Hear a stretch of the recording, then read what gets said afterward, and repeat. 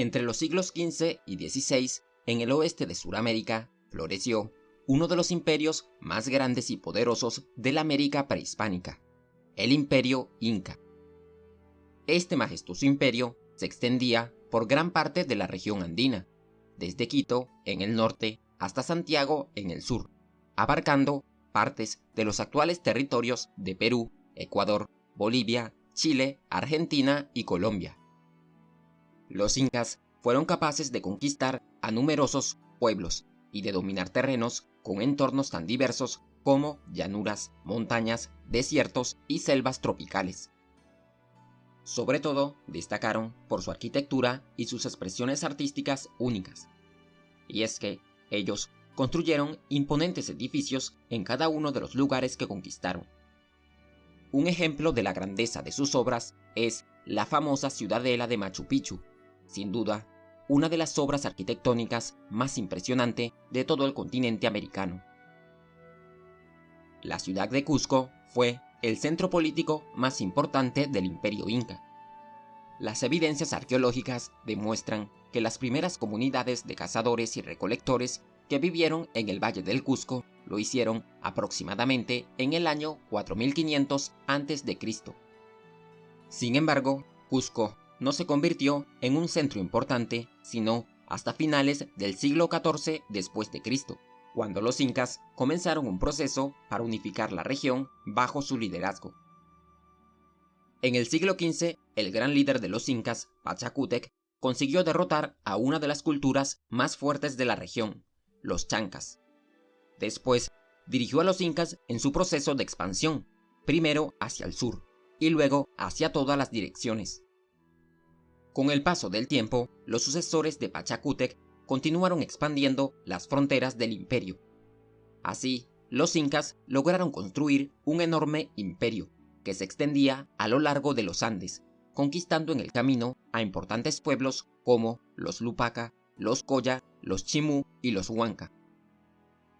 Los incas llamaban a su imperio Tahuantinsuyo, una palabra de origen quechua que significa las 4 regiones y que hacía referencia a los 4 grandes territorios que conformaban el imperio: Chinchaysuyu al norte, Antisuyu al este, Collasuyu al sur y Cuntisuyu al oeste. El imperio inca estaba gobernado por un rey que era conocido como el Zapa Inca. Él era considerado descendiente del dios del sol Inti, por eso era el gobernante absoluto del imperio y llevaba una vida con grandes privilegios. Bebía en copas de oro, usaba zapatos de plata y vivía en un palacio mueblado con los mejores tejidos.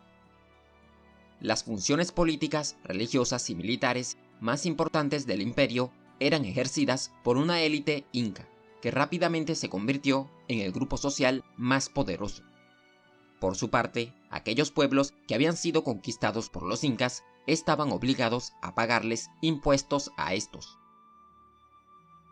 En lo más alto del orden social, naturalmente, se encontraba el Zapa Inca, pues, como ya les mencioné, él era la máxima autoridad política del imperio. Luego estaba la familia directa del Zapa Inca, la cual era conocida con el nombre de Panaca. Más abajo se encontraba la nobleza privilegiada, un grupo social integrado por los jefes políticos locales, los consejeros, los jueces, los administradores y los sacerdotes. Y por último estaba el resto del pueblo. Este grupo era conformado por 3 tipos de personas: los Atunguruna, es decir, los campesinos y ganaderos; los Mitimaes, es decir, aquellos que se encargaban de colonizar nuevas tierras y enseñar las costumbres de los incas; y finalmente los Yanaconas, quienes se desempeñaban como sirvientes de la realeza. En cuanto a la economía, la principal actividad económica de los incas fue la agricultura. Las tierras le pertenecían al Estado, así que la producción se dividía en 3 partes: una parte para los sacerdotes, otra parte para el gobernante inca y la última para el uso propio de los agricultores. Los principales productos que cultivaban eran las papas, el maíz, los zapallos, la quinua, la yuca y los frijoles. Como en el mundo inca no existía la moneda, los impuestos que los súbditos debían pagar al gobernante los pagaban en especie, es decir, con alimentos, metales preciosos, textiles, tintes y plumas exóticas. Sin embargo, este tributo también se pagaba en forma de trabajo para el Estado durante un tiempo determinado todos los años. A este tipo de servicio se le conocía con el nombre de la mita. Por otro lado, los incas eran politeístas, es decir, que creían en la existencia de varios dioses.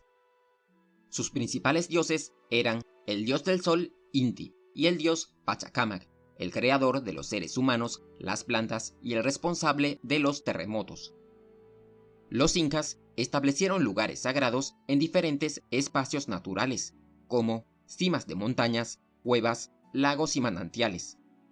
Para ellos, uno de los más importantes era la Isla del Sol del lago Titicaca, un lugar sagrado dedicado a la adoración del dios Inti.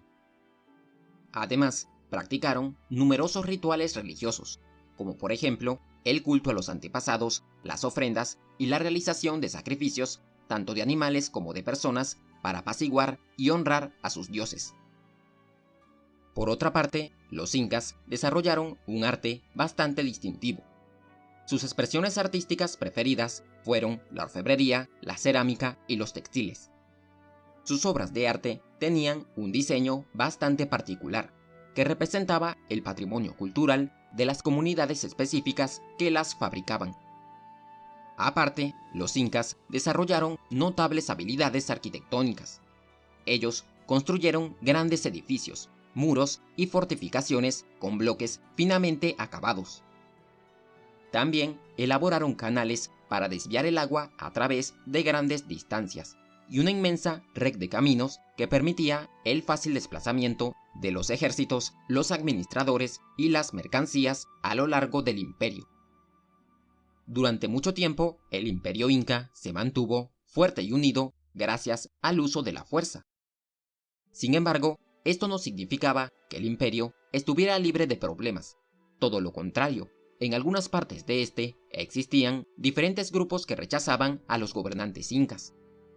Así que, en el siglo XVI, los conquistadores españoles, liderados por Francisco Pizarro, se aprovecharon de esta situación para alimentar las rebeliones y debilitar al imperio. Por si fuera poco, la llegada de los conquistadores coincidió con dos hechos que debilitaron aún más a los incas. Una guerra civil entre Huáscar y Atahualpa, los dos aspirantes a quedarse con el control del imperio, y la propagación de enfermedades europeas como la viruela, que provocaron la muerte de gran parte de la población. De manera que las rebeliones, las enfermedades y la invasión se terminaron combinando, llevando al final definitivo del poderoso Imperio Inca. Y hasta aquí llega nuestro recorrido por la historia de los incas. ¿Y tú, qué es lo que piensas acerca de este majestuoso imperio?